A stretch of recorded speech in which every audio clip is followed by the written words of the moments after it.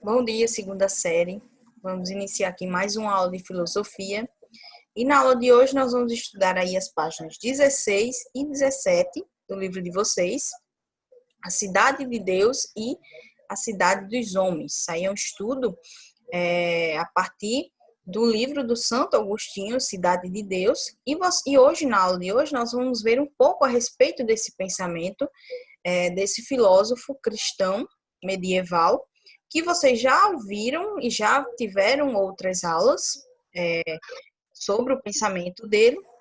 E hoje nós vamos ver mais uma parte aí todo esse conhecimento que Santo Agostinho produziu ao longo da vida, tá certo? Mas antes a gente vai ver um pouco a respeito do conceito de bom governante que a gente aí pode formular a partir dos gregos antigos.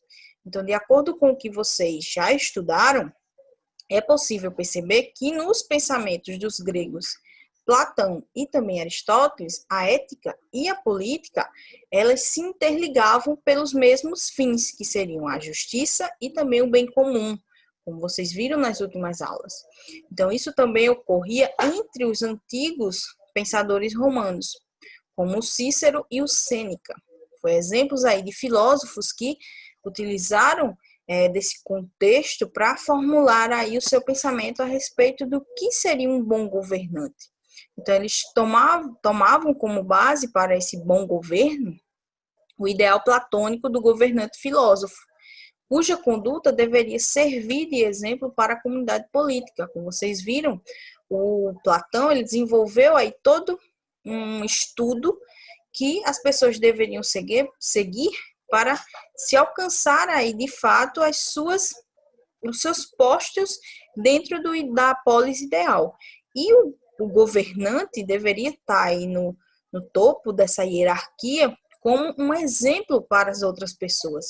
E na visão do Platão, esse bom governante, o governante ideal, capaz de seguir todas as regras, de não se deixar aí influenciar, seria o filósofo. O filósofo teria toda essa capacidade. Então, tanto Cícero como Sêneca, eles seguem a exemplo desse governante filósofo que aparece na polis ideal do Platão, e eles afirmam que o bom governante, ou seja, na visão deles seria um príncipe virtuoso, deveria agir sempre de forma racional, que nem fosse aí motivados por uma violência do leão, como eles colocam, ou seja, fosse agressivo, e nem tampouco por uma astúcia da raposa. Então, a fim de conquistar o amor e também o respeito dos seus súditos.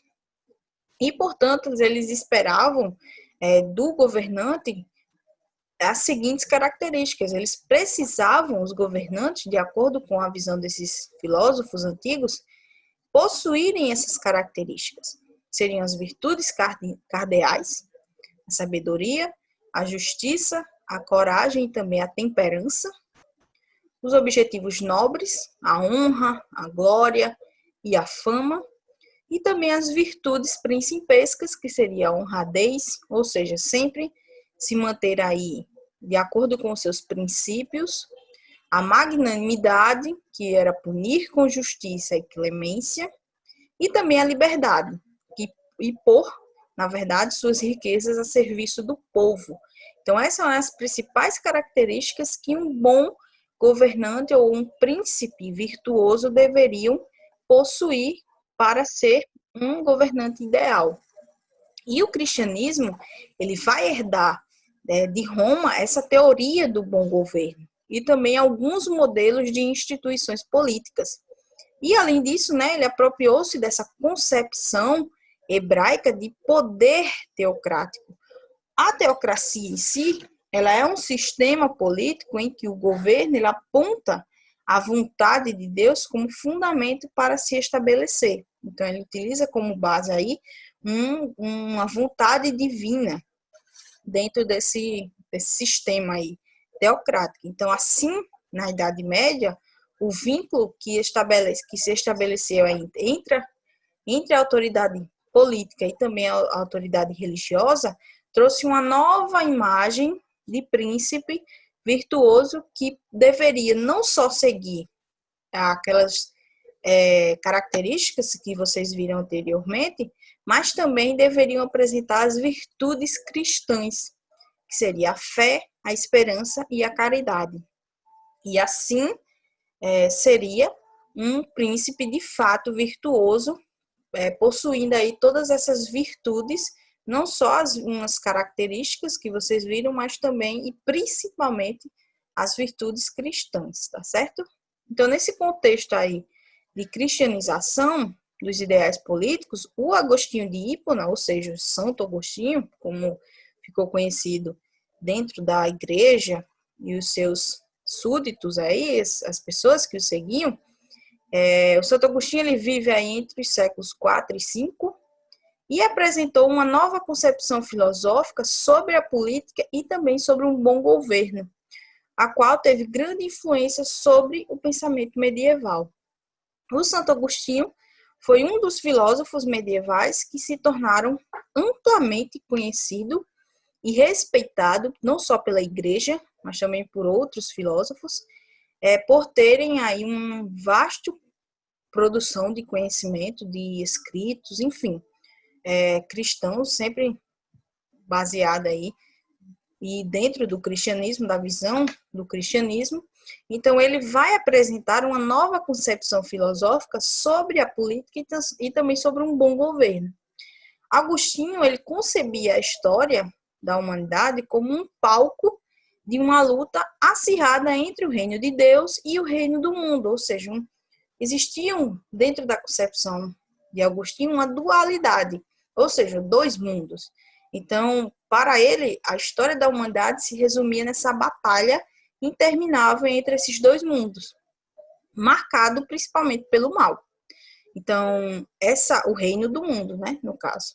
Então, essa longa batalha, ela teria começado com a queda dos anjos maus no início dos tempos e duraria aí até o fim dos tempos, quando o juízo final destinaria os bons à vida eterna e em comunhão com Deus, e cabendo aí aos maus o castigo eterno pelos seus atos. Então, como vocês podem ver, e isso é muito influência do pensamento do Platão, essa dualidade aí dentro desse pensamento de Agostinho, em que ele separa o bem e o mal, ou seja, o reino de Deus e o reino do mundo, as punições ou um lugar bom, eterno, ao lado de Deus. Então, ele sempre vai fazer aí essa dualidade, essa divisão dentro do seu pensamento.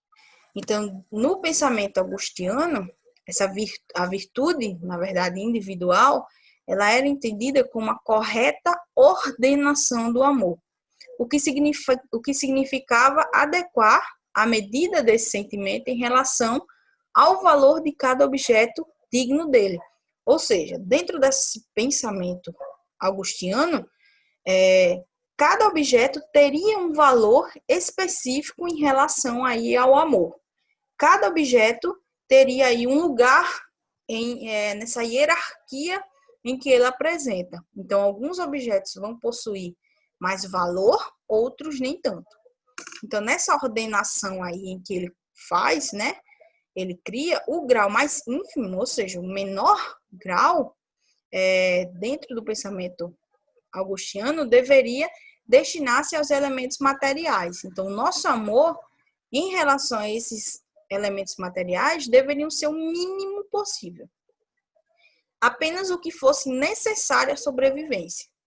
E acima deles, né, já num grau mais elevado, estariam aí os seres humanos, os nossos semelhantes, que seriam merecedores de uma medida um pouco maior desse sentimento, do nosso amor, já que nós somos semelhantes, convivemos uns com os outros, então a gente poderia aí destinar um pouco mais desse amor aos seres humanos. E, finalmente, né, acima de tudo e de todos, estaria, na verdade, Deus, a quem os indivíduos aí deveriam se consagrar inteiramente, amando com todo o seu ser. Então, Deus estaria no topo dessa hierarquia, onde a gente deveria entregar todo o nosso amor de forma inteiramente como prioridade total. Então, é uma hierarquia em que ele estabelece aí de acordo com essa virtude individual, de acordo com essa ordenação do amor.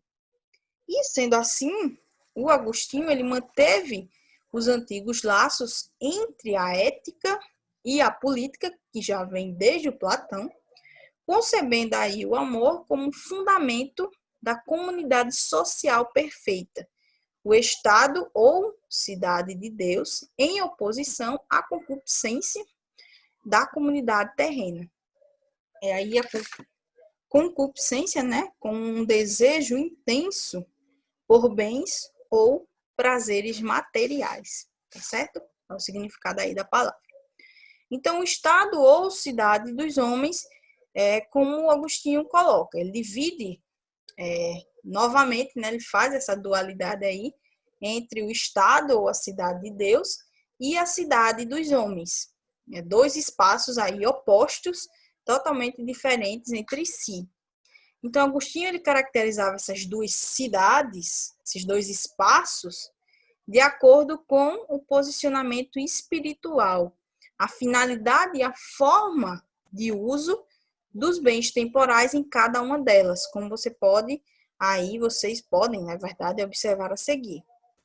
Dentro da cidade de Deus, ou Jerusalém, como ele coloca, significa aí, né, essa visão da paz. Então, ela era representada pela igreja, essa cidade de Deus. Lembrando que esse termo cidade não quer dizer necessariamente que seja uma cidade, uma organização ali da sociedade, tá certo? Não é exatamente isso. É mais um espaço, algo destinado, um lugar destinado às pessoas que seguissem essa cidade de Deus, que tivessem ali merecimento de estar nela. Então, essa cidade de Deus, ela era representada pela igreja, por exemplo. E a associação de pessoas seriam aí voltadas aos fins divinos, tendo em vista o amor e a glória de Deus até chegar ao desprezo total de si. Então, Deus seria o centro de todas as suas preocupações, de todas as suas dedicações, abdicando aí e desprezando a si mesmo, sempre colocando Deus como ao patamar mais alto de importância, o grau de importância, vamos dizer assim. E os seus membros, eles desejavam a paz eterna, a paz celestial. E por isso eles deveriam aí utilizar os bens terrenos com temperança, ou seja, com moderação, com equilíbrio, apenas o que fosse necessário, sem excessos, apenas aquilo que fazia parte da sua existência, que o mantivesse vivos, vamos dizer assim, sem exageros. E como peregrinos em direção ao melhor dos destinos.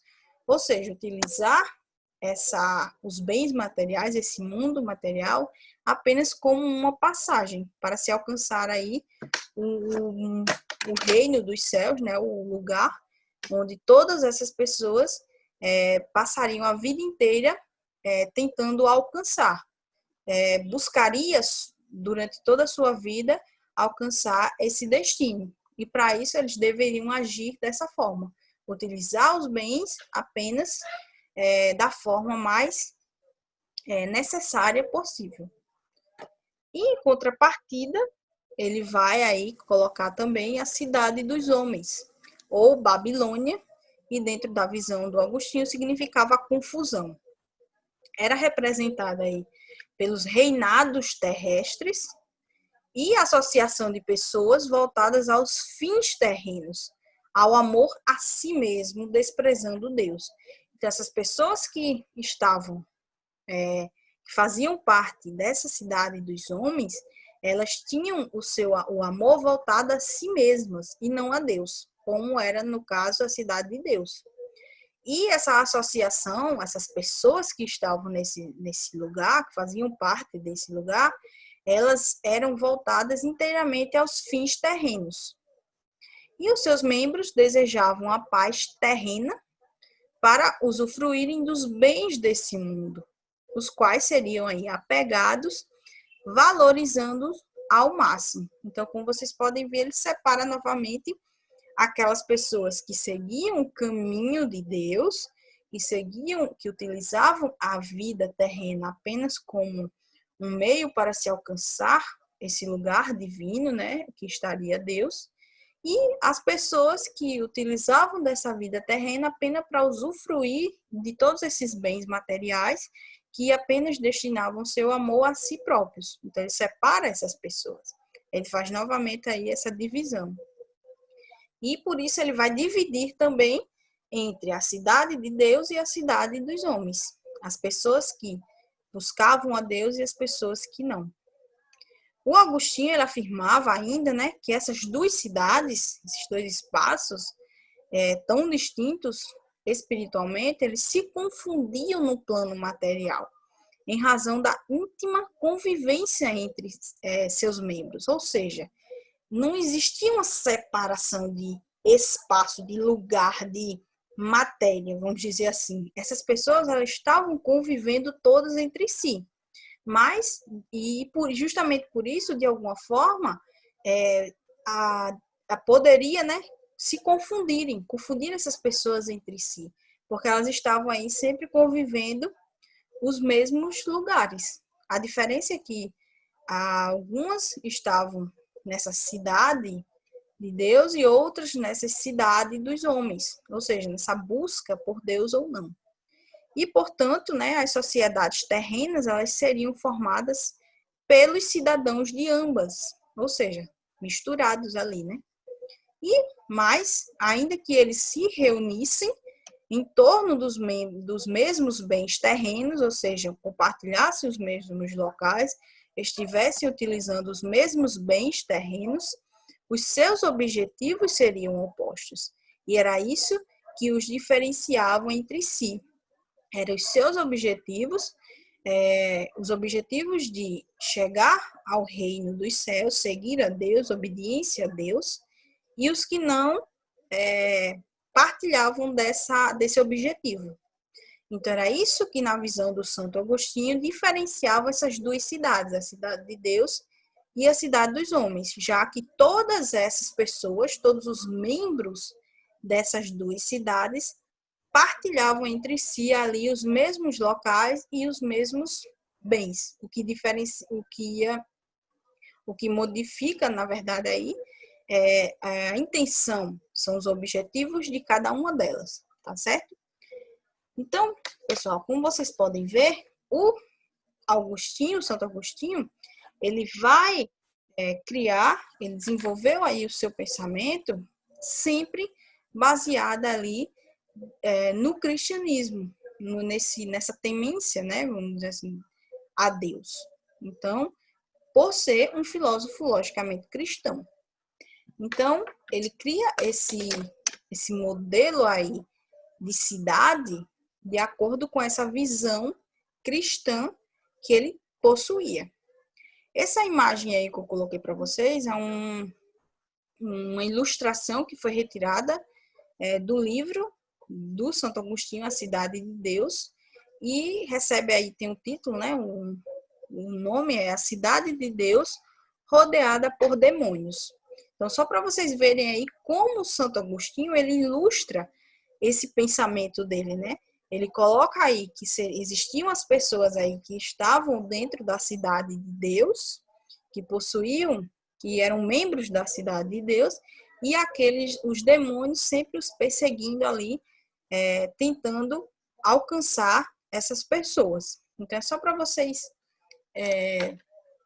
verem um pouco a respeito desse pensamento do Santo Agostinho, que está aí na página 16 do livro de vocês, tá certo? Então, é só vocês recorrerem aqui à página 16. Para Agostinho, né, o mundo ele era um palco de uma constante batalha entre o bem e o mal, o que fazia da política uma atividade essencialmente ética e devendo ser exercida de acordo com a vontade divina para que o bem triunfasse. Então, para o Santo Agostinho, um bom governante, uma boa cidade, deveria sempre seguir o caminho do bem, daquilo que fosse bom. Tentasse destruir ao máximo o mal para que o bem vencesse, tá certo? Então, a aula de hoje vai terminar por aqui. Espero que vocês tenham entendido aí o conteúdo da nossa aula. No chat eu deixo a atividade para vocês, tá certo? E também respondo aí qualquer dúvida que vocês tiverem, tá certo? É só deixar lá. Até a próxima aula. Tenham todos um ótimo dia. Até mais.